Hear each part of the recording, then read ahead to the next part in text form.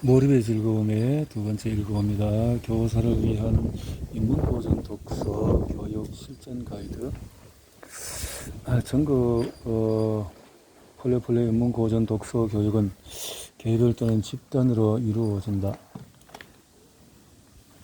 개별 교육은 교사 한 명이 아이를 1대1로 가르치거나 두세 명 정도 가르치는 방식이다. 순서는 대략 서로 반갑게 인사하고 선물이나 이렇게. 감정은 삶의 질은 일평생 우리가 어떤 일을 하고 그 일을 하면서 무슨 생각을 하는지에 달려있다. 사람이 저마다 하는 행동은 경험의 질에 영향을 미친다. 우울한 일만 하면서 평생을 보낸 사람이 이 생을 행복하게 살았을 리 만무하다. 하나의 행동은 바람직한 특성과 바람직하지 못한 특성을 함께 가지고 있다. 가령 식사를 할 때 우리는 보통 때보다도 바람직한 감정을 쉽게 느낀다. 하루 동안의 행복지수를 그래프로 할 때에 그 중에 또 점심시간 몰입하기가 쉽지 않고, 이렇게 되면 몰입하기 쉬운 것은 포커스, 테니스, 체스, 게임을 할 때 왜 몰입하기 쉬우냐, 목표와 규칙이 명확히 설정되어 있기 때문에 무엇을 어떻게 해야 하는지 고민하지 않고 참여할 수 있기 때문이다. 게임이 진행되는 동안의 선수는 모든 것이 흑백으로 선명하게 표현된 소우주 안에 있다. 종교의식에 참여하거나 음악을 연주하거나 뜨개질을 하거나 컴퓨터 프로그램을 짜거나 산을 오르거나 수술할 때도 명확한 목표가 주어진다. 몰입을 유발하는 활동을 몰입활동이라고 부르기도 하자. 일상생활과는 달리 몰입활동은 명확하고 모순되지 않은 목표에 초점을 맞출 수가 있다. 몰입활동의 또 한 가지 특징은 대목임, 곧 피드백의 효과가 빨리 나타난다는 것이다. 몰입활동은 작업이 얼마나 순조롭게 이루어지는지를 말해준다. 체스를 하면서 바둑을 뜨면서 내가 근무를 하면서 집중하는 것은 고용주가 나에게 집중적으로 사고해야 하는 일을 맡기기 때문이다. 그러나 나는 특히 원해서 그 일을 하는 것이 아니므로 동기부여는 그다지 높다고 볼 수가 없다. 한편으로는 사춘기를 맞이한 아들 녀석의 비뚤어진 행동 때문에 자꾸만 마음이 불안해진다. 그래서 책상 앞에 앉아있기는 하지만 일에 몰두하지는 못한다. 내 마음이 극심한 혼동을 겪고 있어서라기보다는 의식의 엔트로피가 높아서 그렇다. 감정, 목표, 사고가 초점에 들어왔다. 사라지며 상반된 충동을 나오면서 나의 관심을 여러 방향으로 흐트러 놓는다. 또 하나의 예를 들자면 나는 퇴근 후에 친구와 만나서 즐겁게 술을 마시면서도 가족에게 곧바로 가지 않는 것에 죄책감을 느끼고 시간과 돈을 낭비하는 자신의 모습에 화가 나기도 한다. 낮은 높은 각성 불안, 근태, 느긋함, 자신감, 몰입.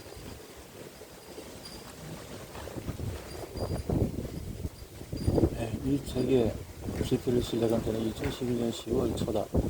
탈고는 그로부터 2년 2개월에 흐른 2014년 12월 말에 이루어졌다. 군대를 다시 다녀온 기분이다. 이 책을 쓰는 동안에 많은 일이 있었다. 이렇게 쓰고 나니 문득 죽고 싶을 정도로 고통스러웠던 순간과 하늘 날 듯이 행복했던 순간들이 교차한다. 앞으로는 언제도 기쁜 일들만 있었으면 좋겠다. 그나저나 오랜 기간 동안에 무척 힘들게 원고를 썼기 때문일까? 솔직히 말하면 탈구가 믿기지 않는다. 지금도 내가 1년 넘게 홀로 글을 쓰면서 목을 든 그 산속지 별식에 있는 것만 같다. 고생을 많이 했기 때문일까? 미친 사람처럼 살았던 그때가 전혀 그립지 않다. 하지만 언젠가는 그리울 것 같기도 하다.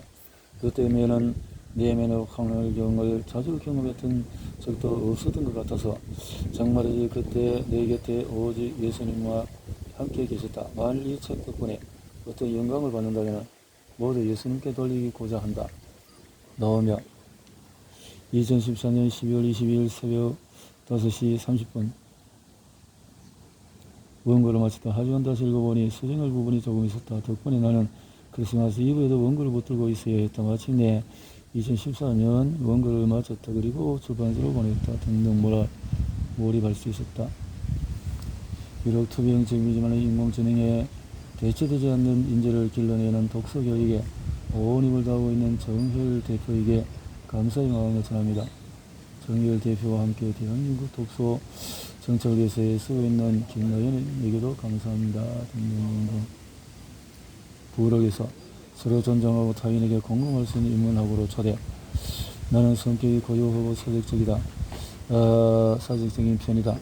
성격 공기가 가득한 숲속을 산책을 좋아한다. 20대 후반에 숲에서 시를 쓰다가 아침을 맞이하거나 숲 아래 가게에서 빵과 우유로 식사를 대신하고 출근한 날도 적지 않다. 노을이 지는 하늘을 바라보면서 걷는 것도 매우 좋아한다. 꽃을 사랑한다. 여행을 하면서 이집트, 이탈리아, 벌써 20살에 고향을 떠나 3년 가까이 중국 전역을 여행하면서 역사의 무대를 샅샅이 탐구한 사마천이 대표적인 여행자다. 사마천. 이후에 이 여행은 동서양 인문학 천재들에게 드문드문 전수되어 오다가 17세기 들어서 영국의 귀족가들에 의해서 그랜드 투어로 재생되었다. 인류 역사의 모든 귀족 계급이 그렇듯이 영국 귀족 계급의 고민도 어떻게 하면 지금 내가 누리고 있는 부와 권력과 명예를 자자손손 물려줄 수 있을까 했다. 그들이 찾은 답은 인류 역사의 모든 귀족 계급이 찾은 답과 같았다. 바로 인문학 교육이었다.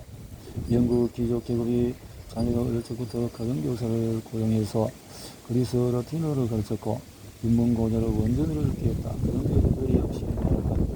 그들은 후손들이 영국을 넘어서 세계의 귀족 계급이 되기를 원했다. 그러면은 인문학 교육이 혁명이 필요했다. 다른 모든 나라의 귀족 계급은 상상지도 못할 그런 인문교육 프로그램이 필요했다는 의미다. 그들은 자식을 서양 인문학의 본산지인 그리스 로마 등지로 보냈다. 그리고 그곳에서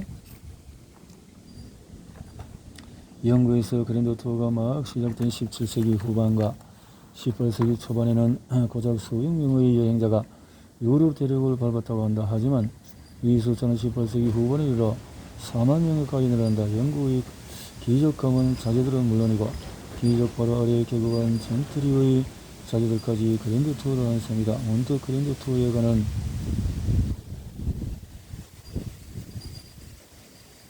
그랜드 투어와 서번드 투어를 떠나라. 내가 생각하기에는 세상에는 두 종류의 여행이 있는 것 같아. 자기를 충전하는 여행과 자기를 향상시키는 여행. 전전에 우리가 익히 알고 있는 여행으로 국내외 유명 관광지에 가서 실컷 놀고 실컷 먹고 실컷 보는 것을 목적으로 한다. 반면 후자는 우리에게 조금 생소한 여행으로 도약한 것이 단순하게 생각하는 도구를 만드는 교육이겠다. 대표적인 것이 우리 역사와 세계 역사를 분리해서 가르치는 역사교육이다. 이 교육과정 세종대왕이 언제 한글을 창제했는지 알 수 있다. 하지만 비슷한 시기에 오스만 지르크 제국의 메메트 2세가 콘스탄티노플을 정형하고 동로마 제국을 멸망시키던 사실을 알 수 없다. 구텐베르가 최초로 활자를 만들어 선전을 인수시기는 알 수 있지만 비슷한 시기에 우리나라에서 사육신이 단종의 포기를 깨하다가 처형되었다는 사실은 알 수가 없다. 한마디로 이 역사 교육을 충실히 받으면 자기도 모르게 한민밖에 벌써 모르는 바보가 되고 만다. 인문고전 독서교육 자원봉사를 교육할 때 반드시 연표를 중심으로 역사를 가르친다.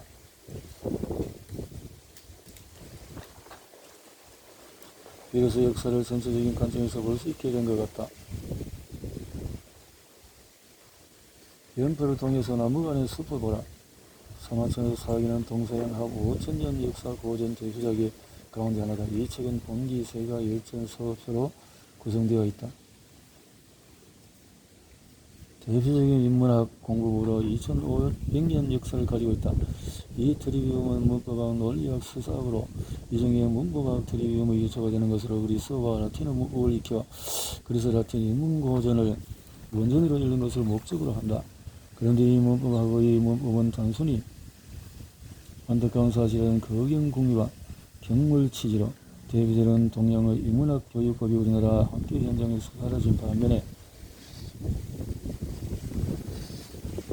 서양적이다. 여기서 사물은 우주 생명 물질 에너지를 의미하고 이치는 근본원리를 파고드는 이성적인 사고와 과학적인 탐구를 완전한 알의 진리를 의미하기 때문이다. 경물치지를 서양의 언어로 번역하는 우주와 만물의 원리를 이성적으로 사고하고 과학적으로 탐구하여 진리를 확인한다고 했는데 이런 까닭에 서양은 경물치지를 필로소피, 사이언스, 피직스 등으로 번역했고 동양 또는 필로소피, 사이언스, 피직스 격치 경물치지로 번역했다. 실제로 탈레스, 소크라테스, 플라톤, 아리스토텔레스, 데카르트, 칸트, 비트겐슈타인 같은 서양의 대표적인 철학자들과 코페르니쿠스, 케플러, 갈릴레이, 뉴턴, 아인슈타인, 하이젠베르그 같은 서양의 대표적인 과학자들의 사고 방법과 연구 방법은 본질적인 면에서 객물치지와 일치한다. 객물치지의 핵심은 사물의 이치를 끝까지 파고드는 것이다. 어떻게 해야 하는 걸까? 세 가지 방법은 다음과 같다. 첫째, 인문고전에 나오는 글자의 이치를 파고든다. 너의 예를 들어보자. 너의 핵심은 인이라는 글자. 객물치지 없는 인문고전 독서는 100번, 1000번 이런다. 한데 전혀 일치하는 것과 다를 바가 없다. 책을 읽는 동안에 그 의미를 깨닫기 어려운 글자를 만나면 그 글자의 근본 뿌리를 알고 그 글자가 쓰인 문장이 완벽하게 이해될 때까지 치밀하게 연구하고 사색하라. 그리고 여러 인문고전에서 아이비리그 학자들과 세계적인 경제학자들의 혁신적인 객물치기를 하라. 객물치기를 하라. 대학 이는 세종대학이 100년 넘게 일어난 인문고전이다.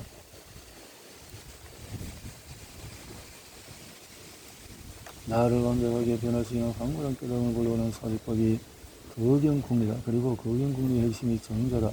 정자의 정은 고요하고 맑고 온화하다, 수려하다 등의 의미다. 옳고 선한과 옳은지, 또 그리고 궁리의 두 번째 단계는 위 세 가지 생각 중에서 옳고 선한 것은 실천하려는 계획을 마음속으로 상세하게 세우고 판단이 잘 서지 않는 것은 더 깊은 궁리를 통해서 옳고 그름을 명확하게 동양의 인문학 천재들은 거경궁리를 통해서 성인의 마음과 똑같은 나의 본성을 되찾을 것을 구방심, 넣어버린 마음을 찾는 것이라고 표현했다. 그리고 인문학이란 잃어버린 마음을 되찾는 것이라고 했다. 인문학을 하는 사람은 왜 정자를 통해서 잃어버린 마음을 되찾는 것일까? 그것은 마음을 잃어버린 상태에 어수선하고 흐트러져 있고 세속적인 것을 좋아서 밖으로 내달리고 있는 상태에서는 인문고전을 아무리 열심히 읽는다 해도 눈떠로 마음 따라인 독서, 즉 헛된 독서를 하게 되기 때문이다. 하지만 그때마다 조선의 두 임금을 생각해본다. 한 임금은 율곡에게 직접 일찍 교육을 받았다. 그러나 그는 처음부터 내가 성인이 되는 것을 불가능하다고 생각하고 있었다. 그래서 그에게 율곡의 일찍 교육은 그저 좋은 인문학 강의 이상의 의미를 지니지 못했다. 반면에 다른 한 임금 율곡 사후 약 170년 뒤에 태어나서 율곡의 일지를 글로만 접했다. 그러나 그는 율곡의 일지를 온 영혼으로 받아들였고 성인이 되기 위해서 평생 노력했다. 나를 완벽하게 변화시키는 황홀한 깨달음, 거경궁리하라. 동양이 지난 2500년 동안 배출한 인문학 천재들이 사색 공부에 대해서 남긴 기록을 보면 거경궁리가 등장한다. 인문 고전 독서의 근원은 거경궁리에 있다. 거경궁리는 인문학 공부의 시작이자 끝이다. 거경궁리가 없는 사색은 혼탁하지만 거경궁리에 있는 사색은 맑게 빛난다. 구사는 다음 9가지를 이룬다. 구사. 볼 때는 밝음을 생각하는 사람을 때 선한 빛을 생각하면 청사총. 들을 때는 총명함을 생각해라. 낯빛은 온화함을 생각해라. 모사공. 몸가짐은 공손함을 생각해라. 공사청. 말할 때는 충실함을 생각해라. 공경함을 생각해라. 은사는 방언할 때는 환난을 생각해라. 오늘날 우리에게 비전을 세우라는 표현으로 익숙한 서양 2500년 유치론은 율곡의 유치론과 닮았다. 서양의 유치는 샤를 뜨고로의 유명한 말인 위대해지려고 거부한 사람만이 위인이 될 수 있다 로 요약될 수 있는데, 율곡의 성인이 되겠다는 뜻을 세우고 조금도 물러서지 않아야 한다와 통하고 서양 일지의 방문론인 위인처럼 행동하고 하라. 여기서 잠깐 동양 인문학에 대해서 오해를 풀고가자. 매우 많은 사람이 동양이 유학 때문에 망했고 서양의 지배를 받게 되다고 생각한다. 결론부터 말하면 심각한 오해다. 거경궁리의 심경은 번호의 서물의 21번이나 등장한다. 이는 크게 두 가지로, 첫 번째 유사시, 즉 사람 사람을 이럴 때 할 때의 경이다.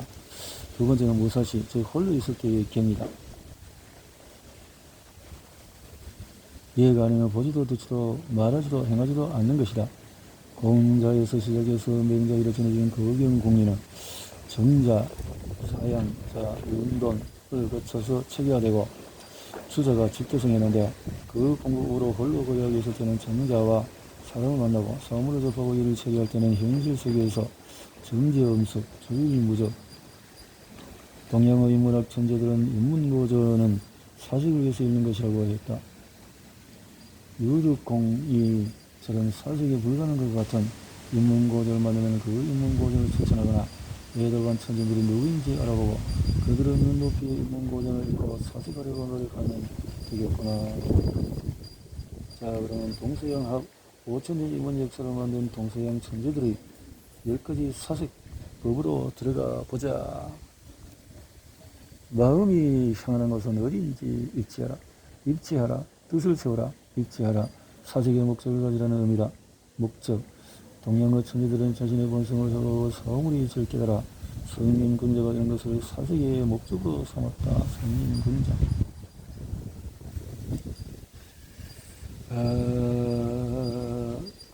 유득공이 눈으로 오늘날 우리 역사를 바라보는 것이다. 그래서 유득공처럼 잘못된 역사를 일으키고 제대로 된 역사를 세울 수 있다. 당신이 발해고를 읽으면서 사색해야 할 것은 바로 이와 같은 것이다. 하지만 안타깝게도 발해고에 관해서 단 한 번도 이와 같은 질문을 걸어본 적이 없다. 국가를 익힌다면 나는 다음의 같은 사색글을 쓰고 싶습니다. 투키디데스, 메로폰세스 연설 읽고 고대 그리스 민주주의 위대함을 사색해보라. 고대 그리스 사회의 노예 제도와 예승, 플라토나 소크라테스와 변명과 국가를 읽고 칼포테의 열린 사회의 적절, 민주주의의 핵심 선거인 우리 율곡은 경몽요길의 첫 장인 입지장을 이렇게 시작하고 있다. 인문학을 시작하는 사람은 무엇을 인문학은 입지가 우선이다. 나의 본성과 공자 같은 성인의 본성이 서로 다르지 않음을 인정한다. 이렇게 입지한 뒤에는 8가지 마음과 뜻을 게을리하고 몸가짐을 잘못해라 하고 인공지능은 인간중에서 천재를 흉내내고자 한다. 천재의 창조는 천재의 싱크에서 비롯한다. 인류 역사를 새롭게 쓴 동서양학 5천년 천재들의 하우 투 싱크는 총 10단계로 정리할 수 있다. 우주에는 별들이 다니는 길이 있고 하늘에는 새들이 나는 바다에는 물고기가 다니는 길이 있다. 그러니까 창조세계의 모든 것에는 길이 있다. 첫째는 사색을 개방하되 사실은 지식만 있는 인문학 공부법이다. 정리하면 첫째는 생각의 길을 모르는 인문학이요, 둘째는 작은 지혜에 이르는 생각의 길을 걷는 인문학이요, 셋째는 위대한 지혜에 이르는 생각의 길을 걷는 인문학이다. 어떤 사람이 이렇게 말하시는 것 같아. 인문고전을 열심히 배우면 위대한 생각의 문이 열리는 것이 아니다. 그저 위대한 지혜에 이르는 생각의 길을 알고 그 길을 걷는 수업을 해야 하지 않느냐 말이다. 대표적인 사례를 몇 가지 들어보면 겸손하라, 철학, 아인슈타인의 상대성 이론, 10가지 이 인류 최고의 지성의 밤이 들어선 지 오래됐다. 하지만 그는 인문고전 앞에서 한없이 겸손했다.